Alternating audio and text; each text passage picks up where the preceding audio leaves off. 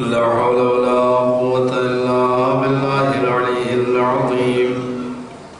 توكلت على الحي الذي لا يموت. والحمد لله الذي لم يتخذ ولدا ولم يكن له شريك في الملك ولم يكن له ولي من الذل وكبره تكبيرا.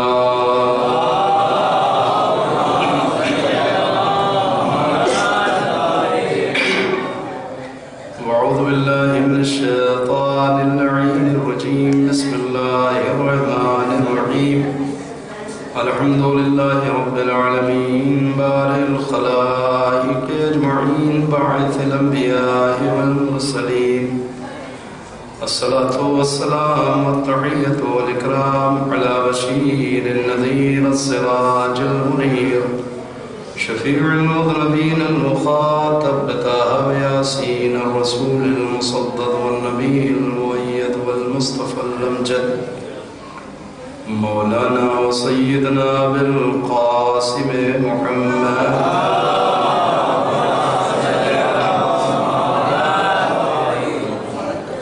وعلى آله الطيبين الطاهرين المعصومين المظلومين ولعنة الله على أعدائهم أجمعين من يومنا هذا إلى قيام يوم الدين. أما بعد فقد قال الله تبارك وتعالى في القرآن الحكيم. بسم الله الرحمن الرحيم. صبغة الله ومن أحسن من الله صبغة نحن له عابدون.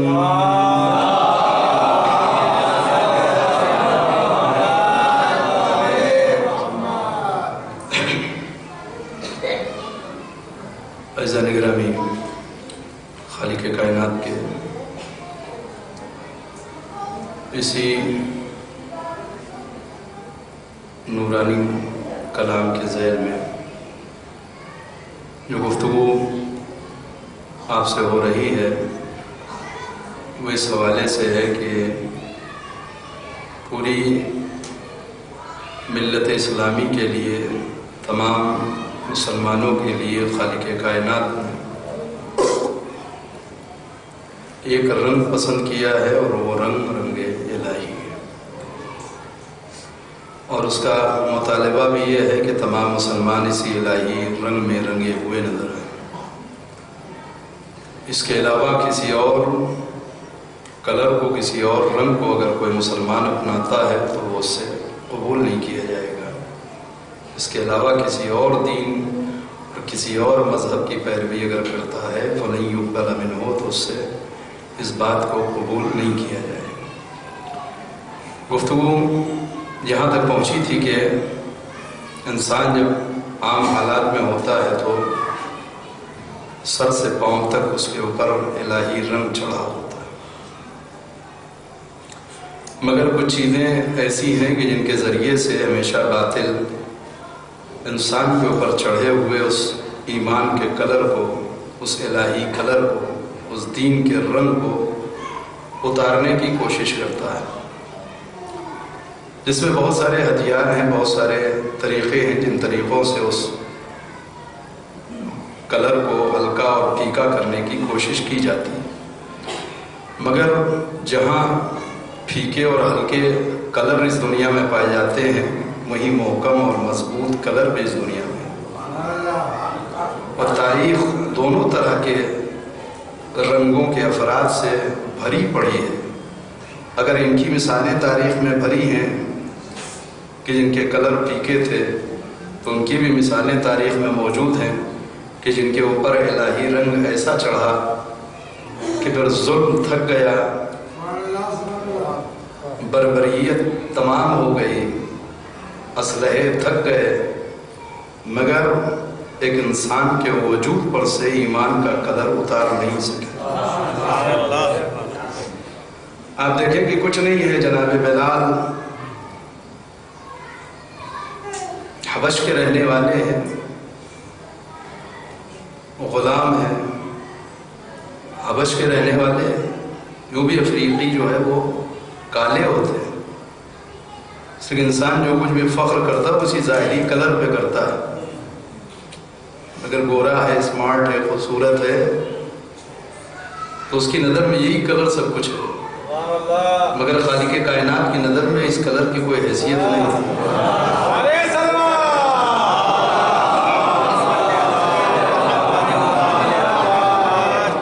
چاہے وہ حبش کا رہنے والا ہی کیوں نہ ہو، لیکن اگر بلال کی صورت میں ایمانی کلر چڑھ جائے تو اس کی اہمیت زیادہ ہے. اس کلر کی کوئی حیثیت نہیں ہے خالق کی نام. اور رنگ چڑھا بھی تو بلال بھی اتنا مضبوط چڑھا کہ عرب کی تپتی اور جھلسا دینے والی دھوپ میں بڑے بڑے پتھروں کو رکھ کے تپایا جاتا تھا، اور جب پتھر دہنے لگتے تھے، آگ سے تپنے لگتے تھے، اس پتھروں پر، ان چٹانوں پر جناب بلال کو برہنہ کر کے لٹا دیا جاتا اور پشت پہ تازیانے مارے جاتے تھے. کاہے کے لیے کہ جو کلر تم نے اپنے اوپر چڑھا لیا ہے اسلام کا، اسے چھوڑ دو، اسے اتار دو. اور تاریخ کہتی ہے کہ جتنے تازیانے پڑھتے جاتے تھے زبان پہ احد احد احد کا لفظ جناب بلال کے جاری ہوتا. احد یعنی وحدانیت پروردگار، اللہ ایک ہے. اس لیے کہ وہ ابتدائی دور ہے اسلام کا کہ جب ابھی پیغمبر اسلام نے تنہا اتنا ہی سبق پڑھایا ہی ہے، قولوا لا الہ الا اللہ تفلحوا. ایک سلوات پڑھیں محمد وعلی محمد. توجہ کر رہے ہیں؟ تو ایسے افراد تاریخ میں بہت سارے آپ کے پیش نظر بھی ہوں گے. میں جلدی جلدی 2-4 مثالیں عرض کر دوں تاکہ اس کے بعد جو مجلسیں رہ جاتی ہیں تو کچھ ان صفات کی جانب اشارہ کیا جائے، کیسے انسان اپنے اس کلر کو محکم کر سکتا ہے، مضبوط کر سکتا ہے، اور کس طریقے سے ہم جانچ سکتے ہیں کہ واقعی الہی رنگ ہم پہ چڑھا ہے یا نہیں چڑھا ہے. خوب آپ دیکھیں کہ تاریخ نے ایک زندان کا تذکرہ کیا ہے، اور یہ زندان بھی ایسا زندان ہے کہ جس میں یہ پتہ نہیں چلتا کہ کب سورج طلوع ہوا اور کب سورج غروب ہو گیا. بالکل تاریک قید خانہ ہے، کہیں سے روشنی کا کوئی گزر نہیں ہے. اور اس قید خانے میں بہت سارے جہاں قیدی ہیں، 2 قیدی اور بھی ہیں. ایک سلوات پڑھ دیں محمد وعلی.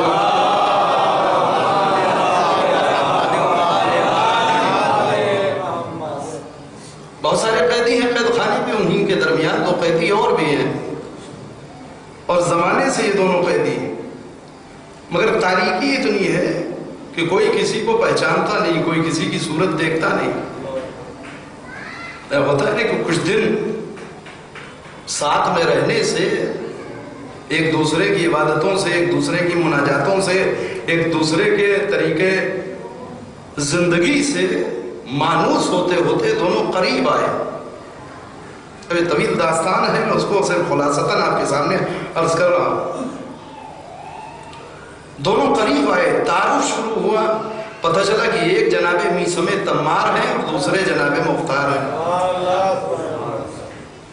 قید خانہ کوفے کا ہے. کس کا قید خانہ؟ ابن زیاد کا قید خانہ. توجہ کیجئے. اور علی کے 2 چاہنے والے اسی قید خانے میں ہیں. جناب میثم تمار مشہور ہستی ہے، پورا زمانہ پہچانتا ہے جناب میثم کو اس حوالے سے کہ علی کے عاشق ہیں، علی کے چاہنے والے ہیں، علی کے صحابی ہیں اور واقعی مولائی ہیں. توجہ کیجئے. اصل میں بیچارے جناب میثم کی خطا کیا ہے، جرم کیا ہے جناب میثم کا؟ عشق علی کے علاوہ تو کوئی دوسرا جرم نہیں ہے جناب میثم تمار کا. اور وہ بھی مسجد کے باہر ایک چھوٹی سی کھجور کی دکان ہے.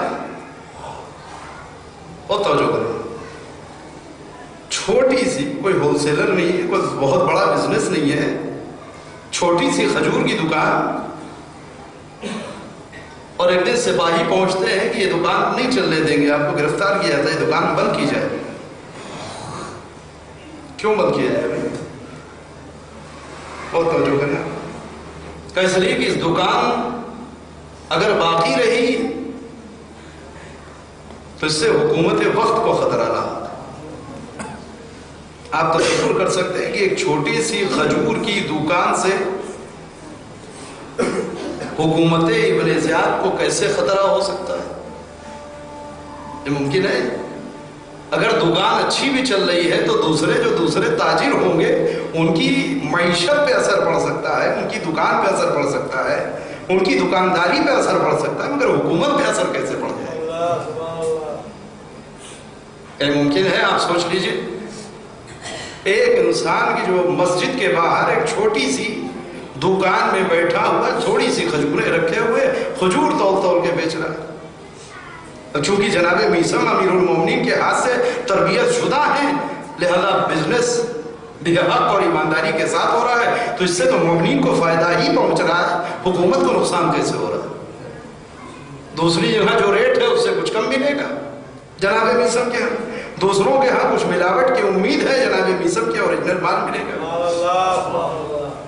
حکومت کو کیسے خطرہ ہو سکتا ہے؟ توجہ کیجئے گا کہ یہ دکان نہیں چلنے پائے گی، اس دکان کو بند کیا جائے، جناب میثم کو گرفتار کیا جائے، آخر ہو کیا رہا ہے؟ توجہ کریے، یہ ہوتا ہے ہر جگہ کے اوپر۔ دیکھیے کہ ایک مرد مجاہد، ایک عاشق علی ابن ابی طالب، محمد و آل محمد کا چاہنے والا،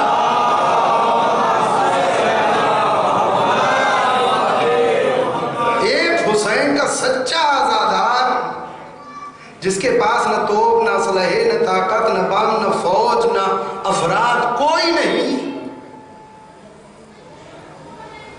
اور ایسے میں سعودی حکومت شیخ نمر کی قتل کا فتویٰ جاری کرتی ہے، کہتے ہوئے کہ ان کے اوپر جو الزام ہے وہ دیش دروہ کا ہے، اس سے حکومت کو خطرہ ہے، دیش کے لیے نقصان دہ ہے، ملک کے لیے نقصان دہ ہے۔ توجہ کیجئے، ایک انسان اتنے بڑے ملک کے لیے خطرہ کیسے ہو سکتا ہے؟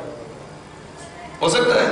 فوجیں آپ کے پاس، حکومتیں آپ کے پاس، اقتدار آپ کے پاس، اسلحے آپ کے پاس، اس بیچارے کے پاس کیا ہے؟ ایک نحیف سا بوڑھا، ایک کمزور، جس کے پاس صحیح سے ڈنڈا اور لاٹھی چلانے کی بھی طاقت نہ ہو، اور اس پہ یہ کہہ کے مقدمہ چلایا جائے کہ ملک کی سلامتی کے لیے خطرہ، لہذا اس بنا پر انہیں قتل کیا جاتا ہے اور پھانسی کی سزا سنائی جاتی ہے۔ توجہ کریے گا، یہ مسئلہ اگر نہ سمجھ میں آیا ہو تو جناب میثم کی دکان کا مسئلہ سمجھ لیجئے، یہ مسئلہ خود بخود سمجھ میں آ جائے گا کہ ہو کیا رہا ہے۔ جاگتی ہوئی سلوات پڑھیں۔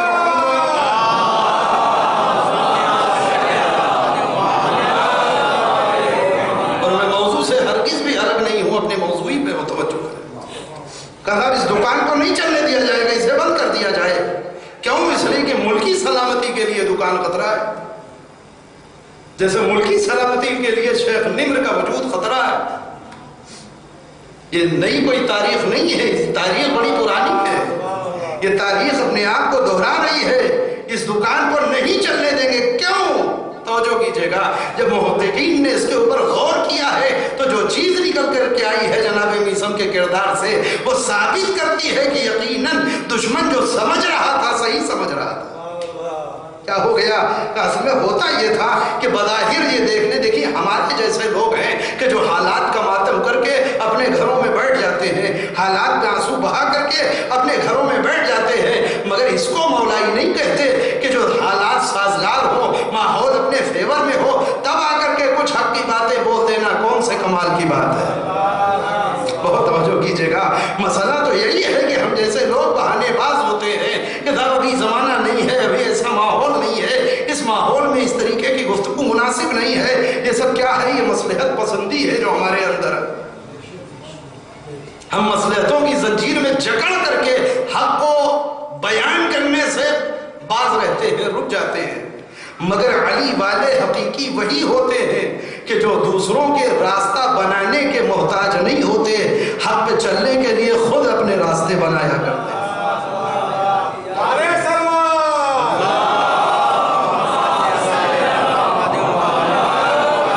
کوئی آئے راستہ بنا دے تو ہم اس راستے پہ چلنے کے لیے تیار ہیں، پھر آپ کا کمال کیا رہ گیا؟ کمال تو تب ہے کہ جب کوئی راستہ نہ ہو، سارے راستے بند کر دیے گئے ہوں، اور پھر آپ اپنی حکمت عملی سے حق کے لیے کوئی راستہ کھوجیں۔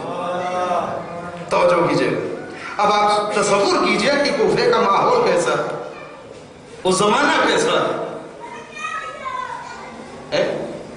اس لیے کہ کوفے کی جو حکومت ہے شام کے انڈر میں ہے، یہ وہ دور ہے۔ اور شام وہ حکومت شام میں ہے کہ جس کا مشن ہی یہی ہے کہ لوگوں کو پیسے دے کر کے، لوگوں کو خرید کر کے علی ابن ابی طالب کی مذمت میں حدیثیں گڑھ گڑھ کے لوگوں کے درمیان عام کی جائیں۔ توجہ کیجیے گا، میرا موضوع نہیں ہے، اسے اشارہ کر رہا ہوں اس کو۔ ایسے عالم میں کہ جہاں نام علی لینا ایک جرم ہو،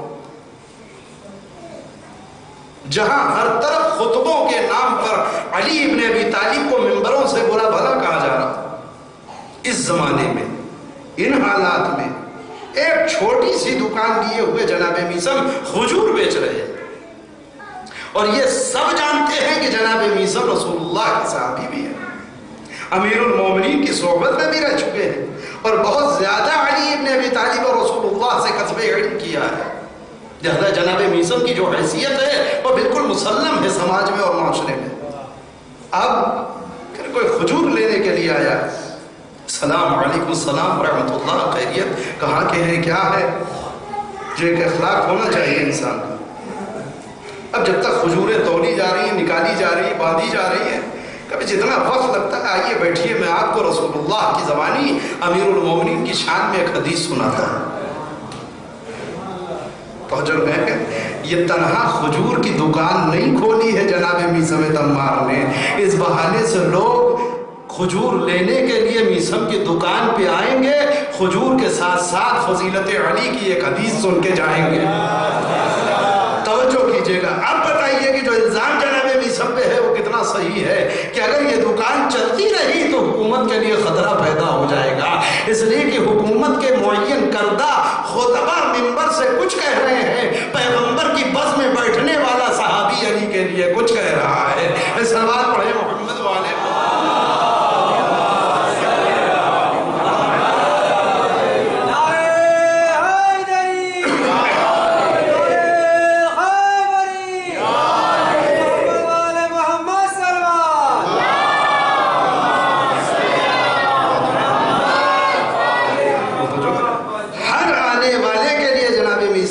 رسول اللہ کی ایک حدیث، اور وہ حدیث کی جو فضیلت علی ابن ابی طالب کے سلسلے میں ہے بیان ہو رہی ہے۔ جناب میثم بھی گرفتار ہو گئے، کوفے کا قید خانہ ہے، اور اس قید خانے میں جناب میثم تمار ہے۔ یہ بات تو ضمناً آ گئی، مجھے جو عرض کرنا ہے وہ یہ ہے کہ اسی قید خانے میں ایک اور قیدی جسے مختار کہتے ہیں۔ کافی دنوں کے بعد جناب مختار اور جناب میثم تمار کی ملاقات ہوتی ہے، اس قید خانے میں تعارف ہوتا ہے، اچھا تم مختار ہو، اچھا آپ میثم تمار ہیں، جو مولا کے چاہنے والے ہیں، علی کی صحبت میں رہنے والے ہیں، علی ابن ابی طالب سے قصب فیض کرنے والے ہیں۔ بہت سارے خصوصی علوم ہیں کہ جو جناب میثم تمار کو جناب امیر کائنات نے تعلیم کیے تھے۔ جناب میثم ہے اپنے زمانے میں بھی، یعنی قبل شہادت بھی جناب میثم باعظمت تھے، لوگوں کی نظروں میں جناب میثم تمار کی ایک حیثیت تھی۔ خوب جب مل بیٹھے تو ظاہر وہی عشق جو ہے وہ، اچھا میثم بڑا اچھا ہوا آپ سے ملاقات ہو گئی، آپ تو امام کے صحبت میں رہے، امام سے آپ نے بہت کچھ حاصل کیا ہے، کچھ بتائیے امام کے بارے میں۔ جناب میثم کہتے ہیں ٹھیک ہو، بہت ساری باتیں ہیں بیان کی جائیں گی، اور کہاں تک بیان کریں گے، ہاں تمہارے بارے میں میرے مولا نے ایک بات بتائی۔ توجہ کیجئے گا، یہ قید خانے میں خبر مل رہی ہے جناب مختار، کہو کیا کہ امام نے یہ بتایا تھا کہ میثم اس طریقے سے تمہیں قید کیا جائے گا، اسی قید خانے میں تمہاری ملاقات مختار سے ہوگی۔ پھر کہ مختار کو یہ خوشخبری دے دینا کہ پروردگار عالم نے انہیں خون حسین ابن علی کا قصاص اور بدلہ لینے کے لیے منتخب کیا۔ اے مختار تمہیں مبارک ہو، تمہیں نگاہ پروردگار میں چن لیا گیا ہے۔ توجہ کیجئے، اور ایک بہت بڑی فضیلت ہے، 100-200 لوگ مل کر کے اپنے گاؤں کا کسی کو پردھان چن لیں، وہ اکڑ کے چلنے لگتا ہے۔ جسے نگاہ پروردگار چن رہی ہو، چنا ہوا ہو نگاہ پروردگار۔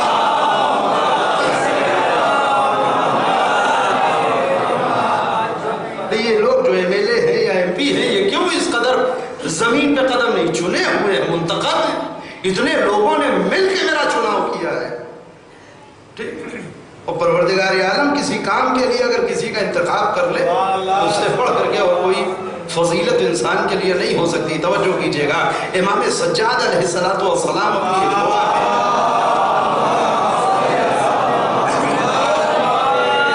ایک فقرہ کہتے ہیں، میرے مالک تیرے کام رکتے نہیں ہیں، تو جو کام کرنا چاہے وہ ہو کر کے رہتا ہے، میری یہ خواہش ہے کہ تو اپنے کاموں کے لیے میرا انتخاب کر لے، یعنی اپنے دین کی کوئی خدمت ہم سے لے۔ اور یہ بہت بڑی سعادت ہے انسان کے لیے کہ پروردگار عالم اپنے دین کے لیے کوئی خدمت اس سے لے۔ تب مالک تیرے کام رکتے نہیں ہیں، جو تو چاہے گا وہ ہو کے رہے گا۔ تو اگر چاہے تو ابابیلوں کے ذریعے سے ابرہہ کے لشکر کو بھوسا بنا دے، تو اگر چاہے تو مکڑی کے جالوں کے ذریعے سے پیغمبر کی حفاظت کر دے، تو اگر چاہے تو تیرا کام رک نہیں سکتا۔ میری خواہش یہ ہے کہ تو اپنا کوئی کام مجھ سے لے لے۔ یہ بھی دعا کا ایک طریقہ ہے، یہ بھی دعا کا ایک انداز ہے، یہ بھی دعا کا ایک سلیقہ ہے کہ جب بھی مصلی عبادت پہ آؤ تو صرف بینک بیلنس کی فکر نہ ہو، صرف پراپرٹی ہی کے لیے نہ مانگو، صرف نوکری ہی کی دعا نہ ہو رہی ہو، دعا اس انداز میں بھی ہو، اے پروردگار تیری کائنات تو چلتی رہے گی، اے میرے مالک تیرا کام کبھی رکنے والا نہیں ہے۔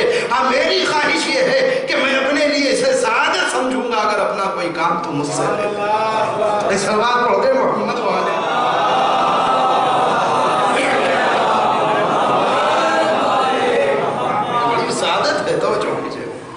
کہ پروردگار اپنا کوئی کام کسی سے لے لے، خو مختار تو مبارک ہو، نگاہ پروردگار میں منتخب ہو، تمہارا کام یہ ہے کہ تم میرے بیٹے حسین کے قاتلوں سے بدلہ لو گے۔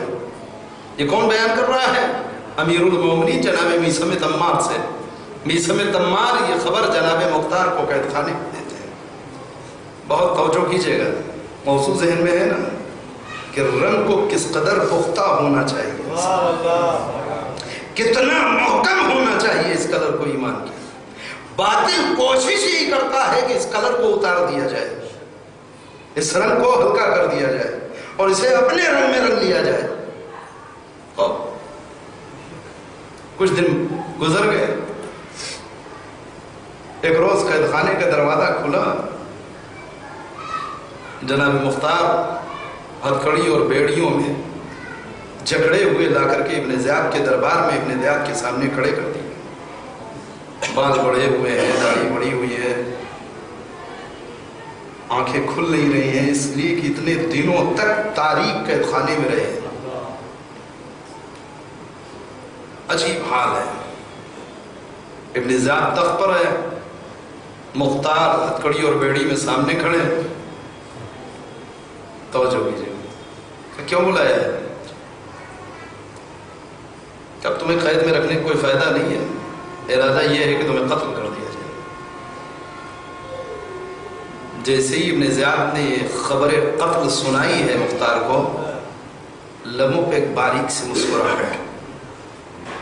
تم اگر دیوانے ہو گئے ہو، تمہیں قتل کی خبر سنائی جا رہی، مسکرا رہے ہو، یہ ممکن نہیں ہے۔ کیوں نہیں ممکن ہے؟ میں اگر چاہوں تو تمہیں قتل کر سکتا ہوں، نہیں کر سکتے۔ ایسا قیدی آپ نے دیکھا کہ جو ہتھکڑی اور بیڑی میں جھگڑا ہوا ہو اور سامنے جلاد صفت حاکم ہو اور وہ کہہ رہا ہے کہ میں قتل کر دوں گا، اور یہ کہہ رہے ہو کہ نہیں کر سکتے۔ تو مگر کیوں نہیں کر سکتا؟ کون روکے گا مجھے؟ چونکہ خبر جناب میثم تمار سنا چکے ہیں۔ کہتے ہیں اس لیے کیونکہ میں خود تجھے قتل کروں گا۔ پتہ نہیں کیا سن رہے ہیں آپ؟ میں خود تجھے کیا کہہ رہے ہو مختار؟ قید خانے میں خواب دیکھ رہے تھے، قیدی ہو تم میرے، ہتھکڑیوں اور بیڑیوں میں ہو، میں حاکم ہوں، تخت کا مالک ہوں، جسے چاہوں قتل کر دوں، کوئی مجھے روکنے والا نہیں، کوئی میرے گرفت کرنے والا نہیں، اور نہ میں کسی کو جواب دے ہوں۔ میں اگر ابھی چاہوں تمہارا سر تمہارے دھڑ کہا نہیں یہ ہو نہیں سکتا، توجہ کیجیے گا، کہ مگر اس قدر تمہیں اطمینان کیوں ہے، اتنا بھروسہ کیوں ہے، توجہ کیجیے گا۔ اور میں جس نقطے کی جانب آپ کو متوجہ کرنا چاہ رہا ہوں وہ یہ ہے کہ جناب مختار نے یہ خبر امیر کائنات سے ڈائریکٹ نہیں سنی ہے، جناب مختار نے یہ خبر قید خانے میں علی کے ایک چاہنے والے کے ذریعے سے سنی ہے، اور اس پر ایمان کا یہ عالم ہے کہ ظالم کی آنکھوں میں آنکھیں ڈال کر کے بول رہے ہیں کہ تمہیں یہ خبر کیسے ملی کہ تم مجھے قتل کرو گے، یہ خواب کب دیکھا تم نے؟ کہا میں نے خواب نہیں دیکھا ہے، قید خانے میں میثم تمار نے امیر المومنین کی یہ بات مجھے بیان کی ہے کہ جو امام نے جناب میثم تمار سے بیان کی تھی، نہ میرا مولا جھوٹا ہو سکتا ہے نہ اس کا چاہنے والا جھوٹا ہو سکتا ہے۔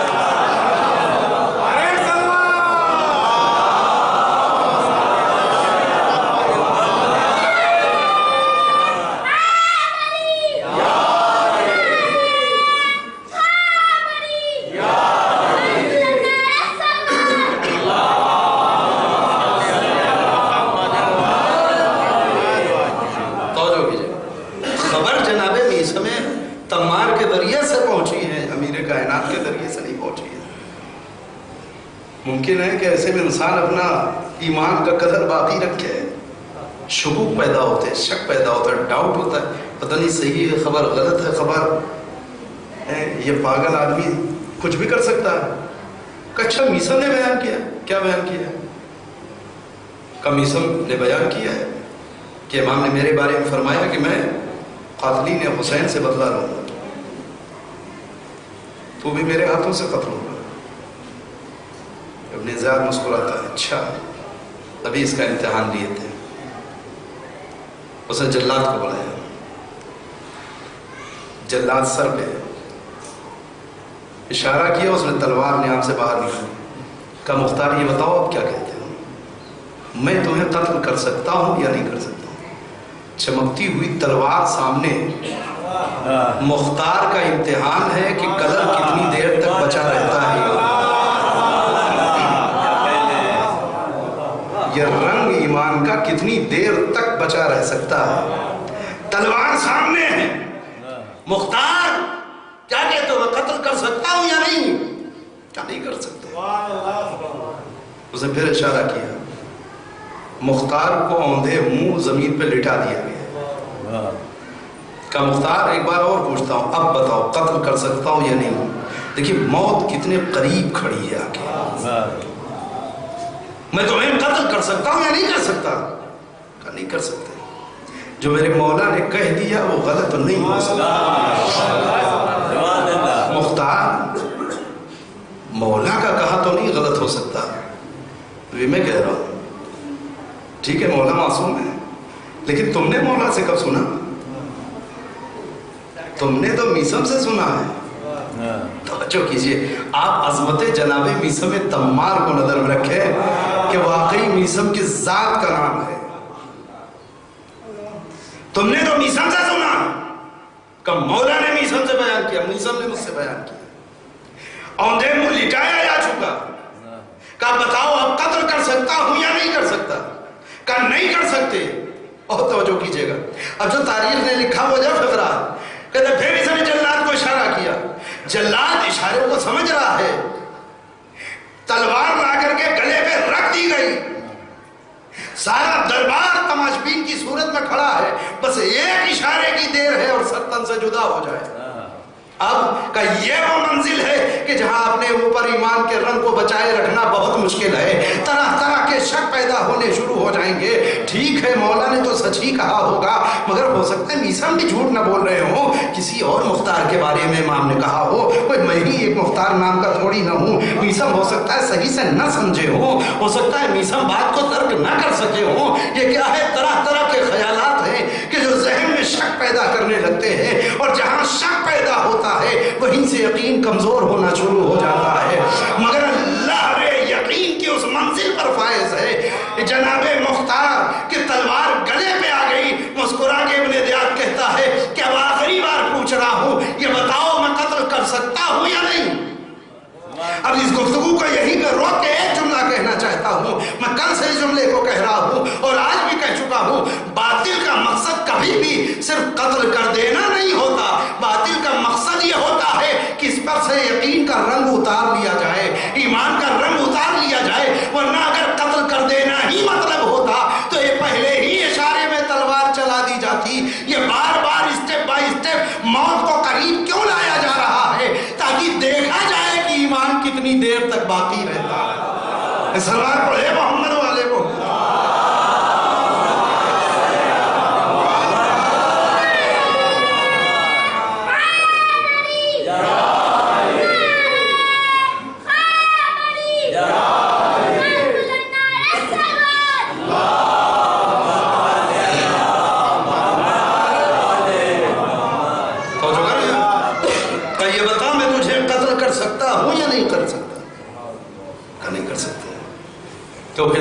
مولا جھوٹا ہو سکتا ہے، نہ میسم غلط بیان نہیں کر سکتے۔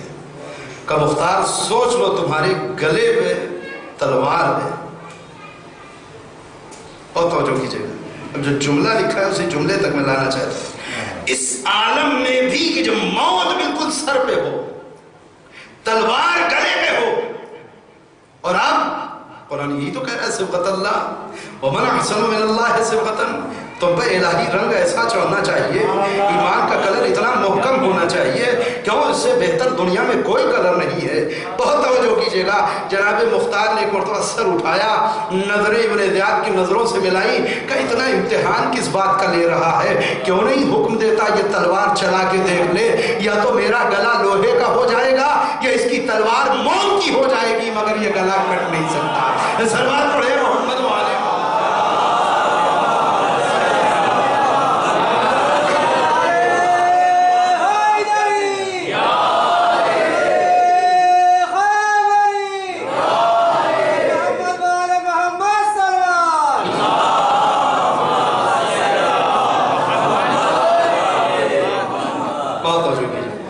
منزل تک پہنچنے کے لیے معصومین نے کچھ اصول تعلیم کی ہیں، انشاءاللہ کل یا پرسوں مجلس میں آپ کے سامنے بیان کرنا۔ خود یہ کیا ہے؟ یہ محکم کلر ہے۔ بے شمار مثالیں تاریخ کے اندر، تاریخ نے دونوں مثالیں ہمارے سامنے پیش کی۔ ایسے افراد بھی آپ کو مل جائیں گے وہ ہلکی سی تپش برداشت نہیں کر سکے۔ چند درہم و دینار ان کے سامنے کیا چمکے کہ ایک مرتبہ آنکھیں خیرہ ہو گئی، اصلی جو رنگ ہے وہ نکھر کر کے سامنے آ گیا۔ امام حسین علیہ السلام نے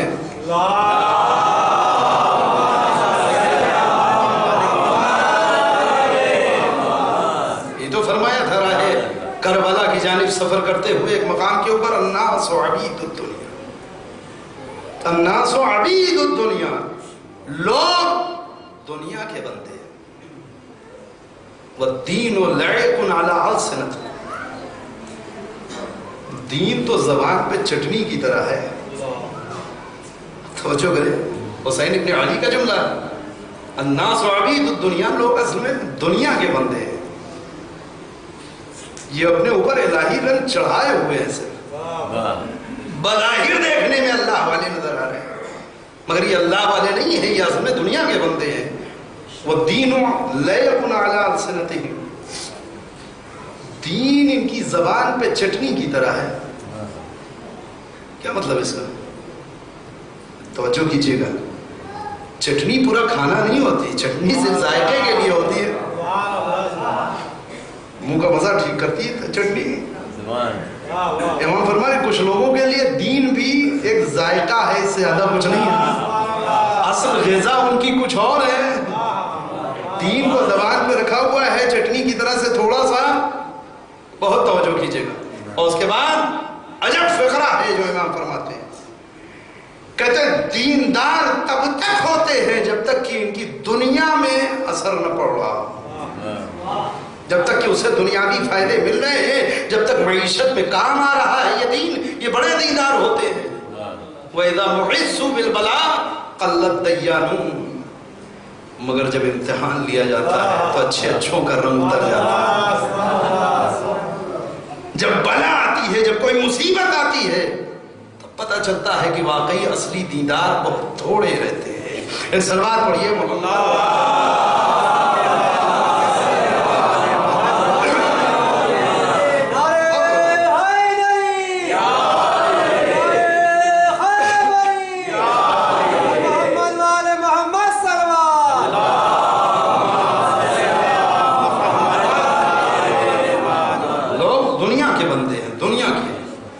اللہ کے بندے نہیں، یہ دنیا کے بندے ہیں۔ وَالدِّينُ لَعِبٌ عَلَىٰ أَلْسِنَتِهِمْ، دین بہت تھوڑا سا ان کی زبانوں پہ ہے، چٹنی کی طرح ان کی زبانوں پہ ہے، ذائقہ لیتے رہتے ہیں۔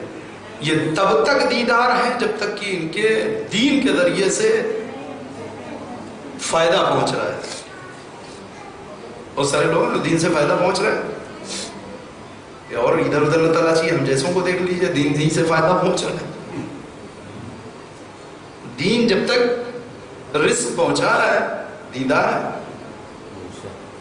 لیکن جیسے ہی بلا میں مبتلا کیے گئے، امتحان لیا گیا، وہ امتحان میں ڈالا قلت دیانون، بہت تھوڑے لوگ اصلی دیندار بچتے ہیں، سب چھٹ جاتے ہیں، سب نکل جاتے ہیں۔ دین سے اگر کوئی فائدہ پہنچ رہا ہے تو دین کے لیے بھیڑ ہی بھیڑ نظر آتی ہے، مگر دین کو جب قربانی کی ضرورت پڑتی بہت تھوڑے لوگ نکلتے ہیں۔ توجہ کر لیجئے، ہر چیز کو گزشتہ زمانے میں دیکھنے کا مزاج بدلنا پڑے گا اس کو، ہر چیز کو اپنے زمانے میں دیکھنے کا ہنر پیدا کیجیے۔ کل تو ہوا وہ ہمارے لیے مثالیں ہیں، بالکل درست ہے، اسے انکار نہیں کیا جا سکتا، مگر آیا اس دین میں اس کی مثال ہے یا نہیں؟ اور بالکل ہے۔ جب تک لمبے لمبے نعروں سے مجلسوں کی فیس بڑھ رہی ہے تب تک دیدار ہے، سب سے بڑے مولائی ہیں، بھیڑ کی بھیڑ ہے دینداروں کی۔ آپ دیکھیے طرح طرح کے نعرے، طرح طرح کا طریقہ کار، طرح طرح کے انداز خطابت، سب ہو رہا ہے، کیوں؟ اس لیے کہ جب تک دین سے فائدہ پہنچ رہا ہے۔ اور ایک مرتبہ کربلا نے آواز دی حل من ناصر ینصرنا، تو اب سوائے حزب اللہ کے کوئی نظر نہیں آتا کہ سوائے پڑھیے محمد والے محمد۔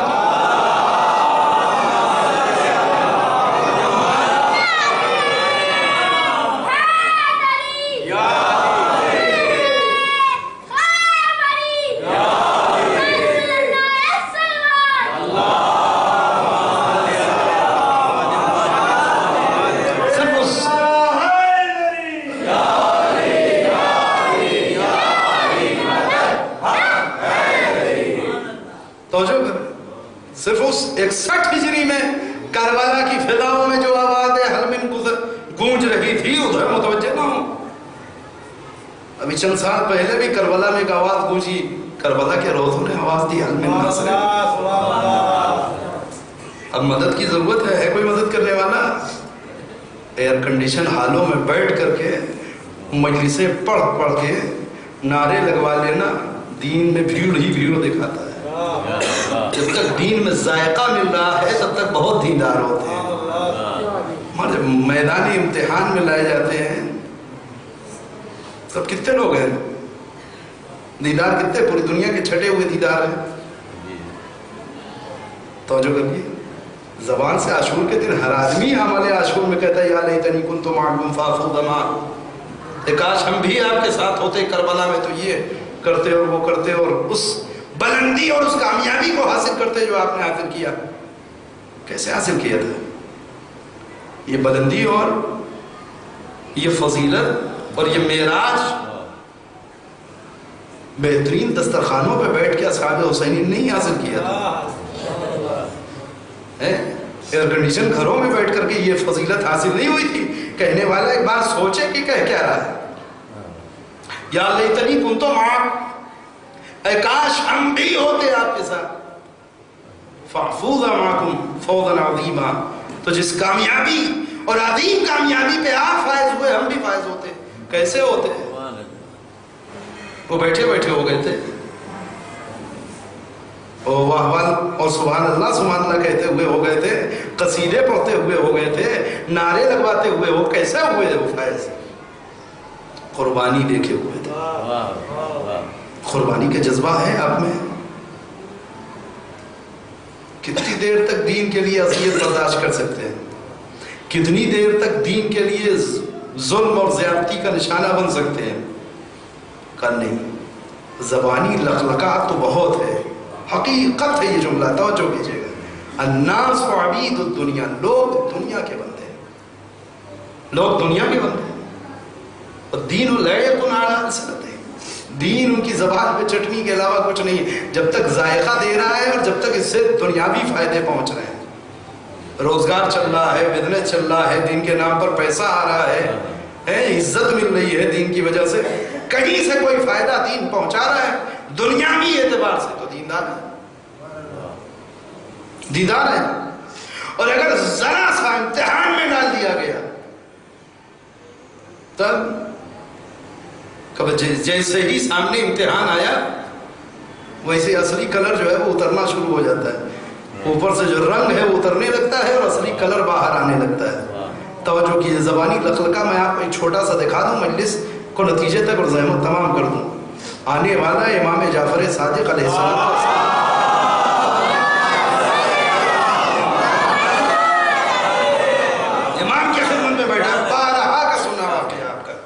سینکڑوں بار آپ نے سنا ہے، زبانی آپ کو یاد ہے یہ واقعہ، اور لخلقہ زبانی کتنا ہے دیکھ لیجئے.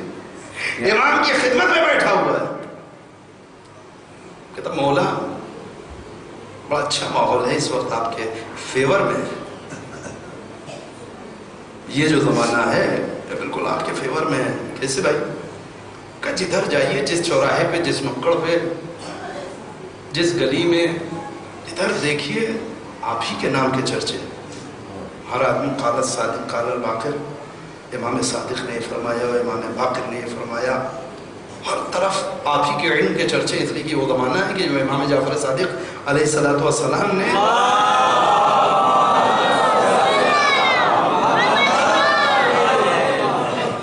وہ، اب اس کو اسکول کالج تو نہیں، یونیورسٹی کہہ سکتے ہیں کہ اس زمانے کی جمعیت اور آبادی کے اعتبار سے 4000 سے زیادہ طلاب پڑھ رہے ہیں. کتنا بڑا شہر ہوتا تھا، کتنی آبادی ہوتی تھی اس زمانے میں، اور ایسے میں 4000 اسٹوڈنٹ. یہ 4000 سب شیعہ نہیں ہیں امام صادق کے. یہ کون لوگ ہیں؟ یہ علم کے پیاسے ہیں، اور سب فقہ پڑھنے نہیں آتے،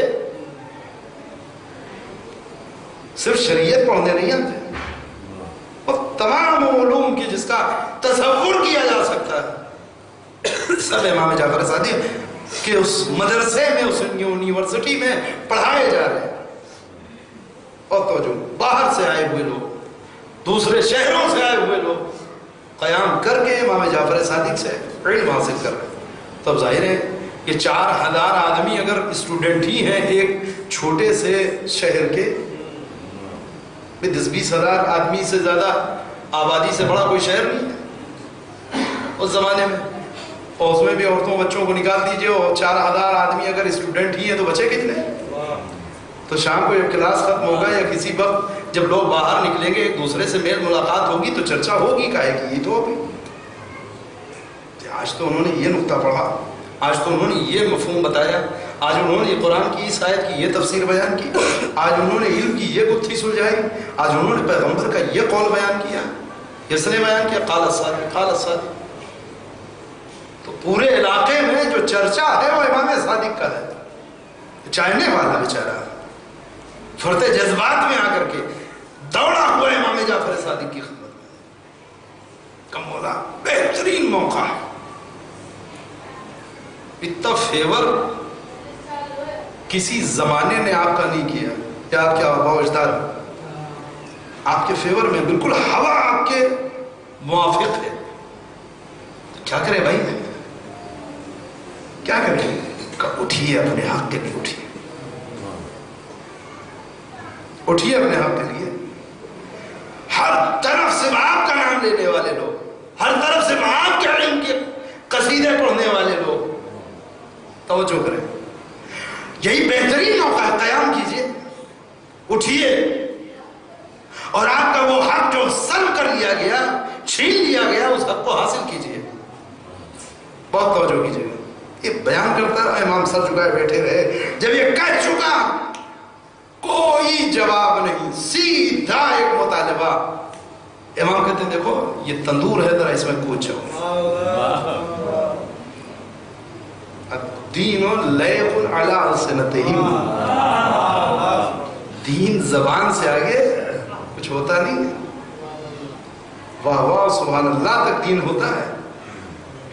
وَإِذَا مُحِسُّ بِالْبَلَاءِ، اور جب ذرا سا آزمائش میں ڈالا جاتا ہے قلت دیانو، اور تھوڑے لوگ نکلتے ہیں کہ جو واقعی دیندار ہوتے ہیں. وہ بیچارہ کیا کہہ رہا ہے اور امام کیا کہہ رہے ہیں؟ امام نے تندور کا ڈھکن ہٹا دیا، چھولے بھڑک رہے ہیں. کہیے بسم اللہ، تشریف لائے. مولا خیریت، کوئی غلط بات کہہ دی میں نے، میں معافی چاہتا ہوں، گستاخی ہو گئی مجھ سے، معاف کر دی. اتنی غضب کی سزا، میں اپنے جملے واپس لیتا ہوں. ہو سکتا ہے مجھ سے کوئی بھول ہو گئی ہو سکتا ہے مجھ سے کوئی خطا ہو گئی ہو. امام نے دوبارہ ڈھکن رکھ دیا، پھر کہا اچھا چلو کوئی اور بات کرو، یہ ٹاپک چھوڑو. دوسرے موضوع پہ بات ہونے لگی. ابھی تھوڑی دیر نہیں گزری تھی کہ مکے سے چل کر کے زیارت امام کے لیے پیٹھ کے اوپر ایک سامان کی چھوٹی سی گٹھری رکھے ہوئے، سر سے پیر تک گرد میں اٹا ہوا، امام کا واقعی ایک چاہنے والا داخل ہوتا ہے اور سلام کرتا، السلام علیکم ورحمۃ اللہ۔ امام کہتے ہیں وعلیکم السلام۔ نظر ہارون مکی پہ، تندور کا ڈھکن پھر کھول دیا گیا۔ ہارون بسم اللہ، جو کیجئے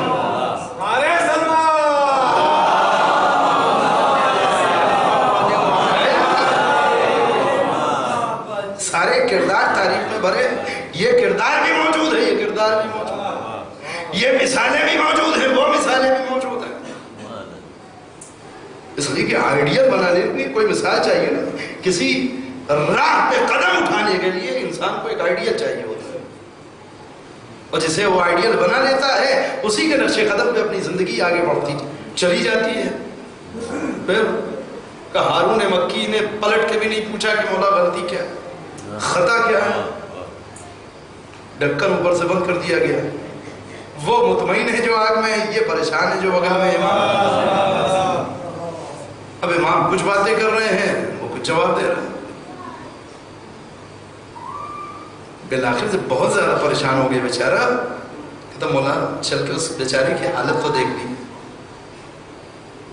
بڑھتے ہوئے شولوں میں آپ نے اس سے کہہ دیا اور چلا بھی گیا، چل کے دیکھے تو کیا حالت ہے، دکھاؤ دیکھ لو۔ ڈھکن ہٹایا، قرآن نے ایک مثال پیش کی تھی، اس کو میں کل بیان کروں گا آپ کے سامنے۔ عجب منظر ہے، شولے ویسے ہی بھڑک رہے ہیں اور شولوں کے درمیان جناب ہارون مکی بیٹھے ہوئے، سبوح قدوس رب الملائکۃ والروح، تسبیح پروردگار پڑھ رہے ہیں۔ امام نے اشارہ کیا جناب ہارون مکی باہر، امام اس کی جانب مڑتے ہیں، کہا یہ بتاؤ ایسے کتنے لوگ ہیں؟ تم یہ کہہ رہے ہو کہ میں اپنا حق لینے کے لیے کھڑا ہو جاؤں؟ چاروں طرف میرے ہی نام کا چرچا ہے، چاروں طرف ہمارے ہی موافق ہوا چل رہی ہے، یہ بتاؤ ایسے کتنے ہیں؟ کہتا مولا ایک بھی نہیں، ایک بھی نہیں۔ کیوں؟ اس لیے کہ دین تب تک لوگوں کے لیے ہے کہ جب تک کہ اس سے فائدہ پہنچ رہا، اور اگر ذرا سا آزمائش میں مبتلا کر دیا گیا تو حقیقت کھل کے انسان کے سامنے آ جاتی ہے، اور جیسے ہی حقیقت اترتی ہے تو دیندار، حقیقت سامنے آتی ہے تو دیندار لوگ ہر زمانے میں بہت تھوڑے رہتے ہیں، لہذا کہیں ویڈیو دیکھ کر کے کوئی غلط فہمی میں مبتلا نہ ہو۔ ایک صلوات اور پڑھے محمد والے۔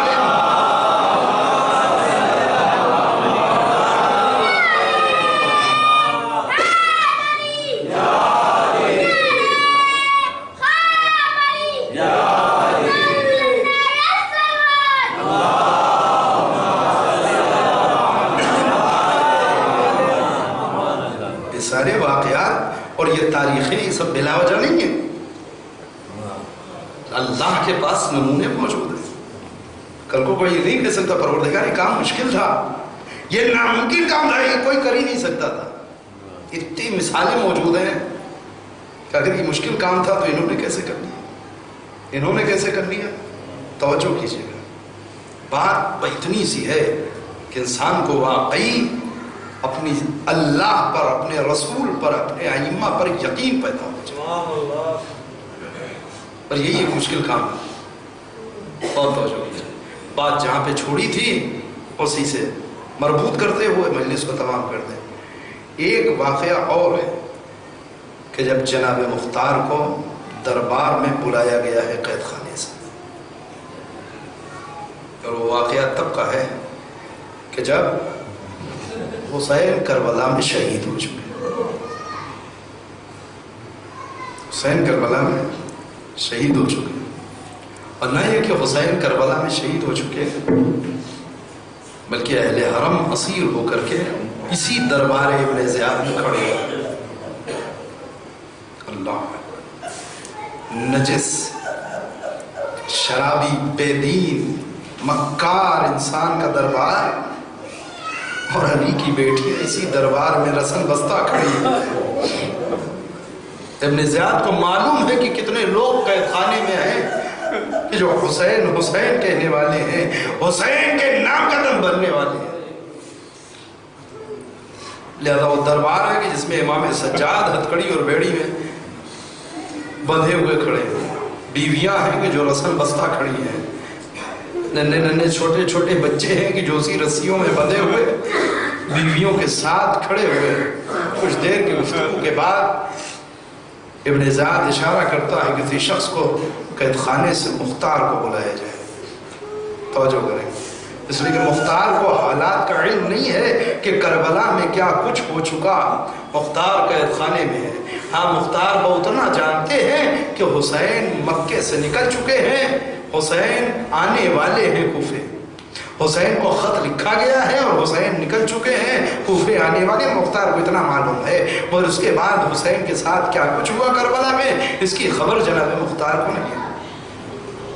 اس نے اشارہ کیا کہ مختار کو قید خانے سے لایا جائے۔ مختار قید خانے سے آئے ہیں تو انداز وہی ہے، بال بڑے ہوئے ہیں، داڑھی بڑھی ہوئی ہے، آنکھیں کھل نہیں رہی ہیں، ہتھکڑی اور بیڑی میں جکڑے ہوئے مختار لا کر کے ابن زیاد کے سامنے کھڑے کر دیے۔ ابن زیاد نے سر اٹھا کے مختار کی جانب دیکھا کہ مختار ہم نے سنا ہے کہ تم بھی ان میں سے ہو کہ جو حسین کے کوفے آنے کے منتظر تھے۔ مختار نے سر اٹھایا، کہا یقیناً تو نے صحیح سنا ہے، اور اب وہ دن دور نہیں ہے کہ جب میرا مولا کوفے آئے گا اور میں تجھے اس تخت سے نیچے اتاروں گا، یہ میرے آقا حسین کی جگہ ہے۔ توجہ کیجئے، ابن زیاد کہتا ہے مختار تمہیں کچھ خبر بھی ہے کہ حسین آ چکے ہیں کوفے میں؟ اب مختار نے سر اٹھایا، کہا کیا کہتا ہے؟ بھلا یہ ممکن نہیں ہے کہ حسین کوفے میں ہوں اور مختار قید خانے میں؟ کہ مختار اگر میں یہ کہوں کہ حسین اس وقت اسی دربار میں موجود ہے تو؟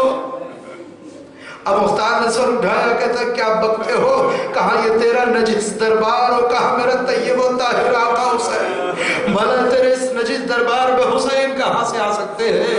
اللہ اکبر۔ ایک مرتبہ اس نے اس تشت کے اوپر سے کپڑا ہٹا دیا جس تشت میں حسین کا کٹا ہوا سر رکھا تھا۔ ایک مرتبہ کہتا ہے مختار ارے ذرا غور سے اس سر کو دیکھو، کہیں یہ حسین تو نہیں؟ مختار نے غور سے اس کٹے ہوئے سر کو دیکھا، ساری بات سمجھ میں آ گئی۔ ارے اتنے دنوں سے قید خانے میں رہنے والے مختار نکاحت اور کمزوری کے باوجود تعریف کہتی ہے مختار نے ایک مرتبہ لڑائی لی، ساری زنجیریں اور بیڑیاں ٹوٹی، آگے بڑھے، ایک ظالم کے کمر سے تلوار نکالی، چاہتے ہیں کہ ابن زیاد کے اوپر حملہ کرے کہ پھر کسی کے زنجیر و بیڑی کی آواز مختار کے کانوں میں گئی۔ مختار پلٹنا چاہتے ہیں کہ کسی نے منع کر دی، مختار ارے ایسے ہی رہو، پیچھے نہ پلٹنا، اس لیے کہ نبی زادیاں بے مخنو چادر، علی کی بیٹیاں بے ردا، ارے قیدیوں کی صورت میں اسی کے دربار ابن زیاد میں موجود ہے۔ اللہ اکبر۔ ارے یہ کون ہے کہ جو جناب مختار کو کہہ رہا ہے اے مختار پیچھے نہ پلٹنا؟ یہ امام سجاد ہے۔ اے مختار صبر کرو، ارے ابھی وہ وقت نہیں آیا ہے جس کے لیے تمہارا انتخاب ہوا ہے۔ اے مختار ارے حسین کربلا میں قتل ہو گئے، ہم اسیر بنا لیے گئے، علی کی بیٹیاں بے مخنو چادر ہے۔